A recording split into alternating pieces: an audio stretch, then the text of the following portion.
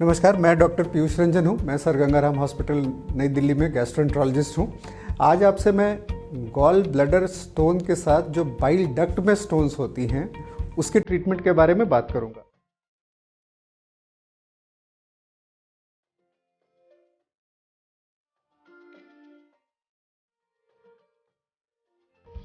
तो अगर मैं आपको ये ग्राफिक के ज़रिए समझाऊं तो ये लिवर है, देख रहे हैं आप, ये गॉल ब्लैडर है और ये जो ग्रीन कलर की ये आ रही है चीज़, ये बाइल डक्ट है। तो ये कैसे होता है कि ये लिवर बाइल सेक्रीट करता है, बाइल सिंथेसाइज करता है, सेक्रीट करता है, गॉल ब्लैडर में ये बाइल स्टोर होता है और ये इसके ज़रिए डक्ट के ज़रिए इंटेस्टाइन में आता है।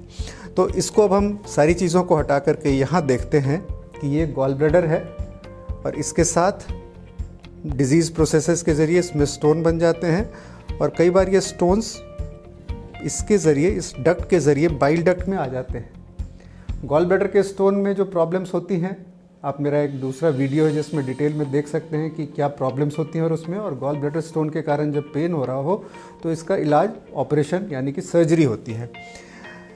अगर साथ में बाइल डक्ट में भी स्टोन हो, 100 लोगों को अगर गॉल ब्लैडर में स्टोन हो तो नियरली 15 लोगों को यानी 15% लोगों को बाइल डक्ट में भी ये स्टोन्स होती हैं। और ये जाहिर सी बात है कि जब ये स्टोन्स छोटे हों यानी कि करीब 10-12 मिलीमीटर के हों तो ये स्टोन्स यहाँ से निकल करके इधर आ जाते हैं। जब ये स्टोन इधर आ जाता है तो इससे 3 मेजर कॉम्प्लिकेशन होती है। Number 1 pancreatitis. पैंक्रियाज एक ग्लैंड होता है, ये आप देख सकते हैं पैंक्रियाज है, और ये स्टोन पैंक्रियाज का डक्ट और बाइल डक्ट एक कॉमन ओपनिंग के थ्रू इंटेस्टाइन में खुलते हैं। तो अगर यहाँ पे आकर के स्टोन ये फंस जाए तो इससे पैंक्रेटाइटिस हो सकती है। तो पैंक्रेटाइटिस इसका सबसे ड्रेडेड सीरियस कॉम्प्लिकेशन है। दूसरा जॉन्डिस होता है, यानी कि अगर बाइल का फ्लो रुक जाए तो जॉन्डिस होता है और उसके साथ साथ इन्फेक्शन हो जाता है जिसको हम कोलेंजाइटिस कहते हैं। तो जब भी छोटे स्टोन्स हों और कुछ लिवर फंक्शन टेस्ट में एबनॉर्मलिटी हो तो ऑपरेशन से पहले हमें ये 100% सुनिश्चित करना पड़ता है कि बाइल डक्ट में तो स्टोन नहीं है। ये क्यों ज़रूरी है? क्योंकि बाइल डक्ट का स्टोन जो होता है, जब गॉल ब्लैडर का ऑपरेशन होता है तो लैप्रोस्कोपी के ज़रिए ये पोर्शन रिमूव हो जाता है। बाइल डक्ट को ऑपरेट करना सर्जन के लिए आसान नहीं है, किया जा सकता है, laparoscopic common bile duct exploration होता है, बट वो टेक्निकली ज़्यादा डिमांडिंग है और उसकी प्रोसीजर की कॉम्प्लेक्सिटी बढ़ जाती है। तो अगर बाइल डक्ट में स्टोन हो तो इसका बिल्कुल सिंपल इलाज एंडोस्कोपी के ज़रिए है। एंडोस्कोपी के ज़रिए ट्रीटमेंट कैसे होता है?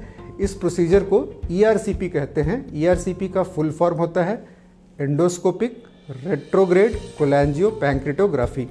कोलैंजियो का मतलब बाइल डक्ट से संबंधित होता है। तो हम ये मुंह के रास्ते एंडोस्कोपी के ज़रिए ये देखते हैं, हम यहाँ तक पहुँच गए, यहाँ तक पहुँच गए, और यहाँ पर जहाँ पर ये ओपनिंग है, यहाँ पर एंडोस्कोपिक प्रोसीजर के ज़रिए हम यहाँ एक छोटा सा निक यानी कि चीरा लगाते हैं और एक्सेसरीज़ के जरिए अंदर जा कर के ये बाइल डक्ट के स्टोन को हम निकाल सकते हैं। तो ये बहुत ही कॉम्प्लेक्स प्रोसीजर है। बोलने में सरल लगता है, ये एक टेक्निकली चैलेंजिंग प्रोसीजर है, बट काफ़ी कॉमनली अवेलेबल है, काफ़ी दिनों से अवेलेबल है। और बाइल डक्ट के स्टोन को निकालने के लिए सबसे सिंपल और स्ट्रेट फॉरवर्ड तरीका यही है। तो अगर कई बार जॉन्डिस ज़्यादा हो, इन्फेक्शन हो, तो हम कई बार स्टोन निकालने के साथ साथ एक इसमें स्टेंट डाल देते हैं। स्टेंट यानी कि एक प्लास्टिक की ट्यूब डाल देते हैं जिससे कि जॉन्डिस तेज़ी से कम हो, इन्फेक्शन कंट्रोल हो और फिर गॉल ब्लैडर का ऑपरेशन हो सके। तो जब भी किसी को गॉल ब्लैडर में स्टोन होता है और ऑपरेशन की ज़रूरत होती है और इसके निश्चित क्राइटेरिया होते हैं कि जिसके ज़रिए ये लगे कि बाइल डक्ट में स्टोन बनने की संभावना है, तो उसके कन्फर्मेशन के लिए टेस्ट MRCP या एंडो अल्ट्रासाउंड होता है। अगर इन दोनों टेस्ट के ज़रिए बाइल डक्ट का स्टोन कन्फर्म्ड हो जाता है तो फिर इसको निकालने का ज़रिया ERCP एक सिंपल प्रोसीजर है जिसके ज़रिए ये निकाला जा सकता है। कई बार ये स्टोन्स छोटे नहीं होते हैं, स्टोन्स काफ़ी बड़े होते हैं। अगर 12 से 15 मिलीमीटर से ज़्यादा बड़े स्टोन हो तो ये जो ओपनिंग है ये लगभग 2 से 3 मिलीमीटर की होती है, उसको निकालना कठिन होता है। फिर उस परिस्थिति में काफ़ी नई टेक्नोलॉजीज़ हैं जिसको लिथोट्रिप्सी कहते हैं। तो उसके ज़रिए क्या होता है कि एक टेक्निक होती है जिसको कोलेंजियोस्कोपी कहते हैं, कि डायरेक्ट एंडोस्कोप के अंदर एक छोटा एंडोस्कोप डाल करके इसके अंदर घुसा जा सकता है और लेज़र के ज़रिए एक बड़े स्टोन को तोड़ के छोटे पार्टिकल्स में कन्वर्ट किया जा सकता है और जिसको अंदर से निकाला जा सकता है। तो उसको एंडोस्कोपिक लिथोट्रिप्सी कहते हैं, लेज़र लिथोट्रिप्सी कहते हैं, जिसके ज़रिए स्टोन्स तोड़ करके बाहर निकाले जा सकते हैं। तो छोटे स्टोन्स काफ़ी सरल तरीके से निकाले जा सकते हैं और अगर स्टोन्स काफ़ी ज़्यादा बड़े हों तो हमारे पास पहले जो तकनीकें थी इसको तोड़ने की, उससे कहीं ज़्यादा बेहतर टेक्निक अब लेज़र लिथोट्रिप्सी आ गई है, जिसके ज़रिए हम इसको निकाल सकते हैं। तो जब भी आपके गॉल स्टोन के ऑपरेशन की बात आ रही हो, बाइल डक्ट में स्टोन का सस्पिशन हो, तो उसको असेस करके उसको निकालना, एंडोस्कोपी के ज़रिए उसकी पूरी कोशिश करनी चाहिए। 2 से 3% चांस होता है कि कई बार ये स्टोन नहीं निकाल सकते किसी कारण से, तो फिर तो सर्जरी के अलावा उसका कोई रास्ता नहीं बचता है। अगर एंडोस्कोपी के ज़रिए स्टोन निकल जाए, ERCP के ज़रिए निकल जाए, तो एक सरल प्रक्रिया है। कई सारी प्रोसीजर्स की तरह एंडोस्कोपिक प्रोसीजर्स के अपने कॉम्प्लिकेशंस होते हैं, जैसे जब हम यहाँ कट करते हैं तो इससे ब्लीडिंग हो सकती है, पैंक्रियाज में सूजन हो सकती है, आंतों से लीक हो सकती है, यानी कि परफोरेशन हो सकता है।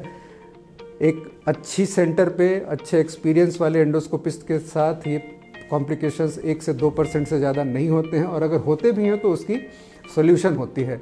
तो इन सब चीज़ों को समझ करके और ऑपरेशन से पहले बाइल डक्ट स्टोन को क्लियर करना बिल्कुल कंपलसरी होता है, और अगर ये है तो हमें इस प्रक्रिया से होकर के गुजरना होता है, ताकि आगे के फ्यूचर कॉम्प्लिकेशन से हम बच सकें।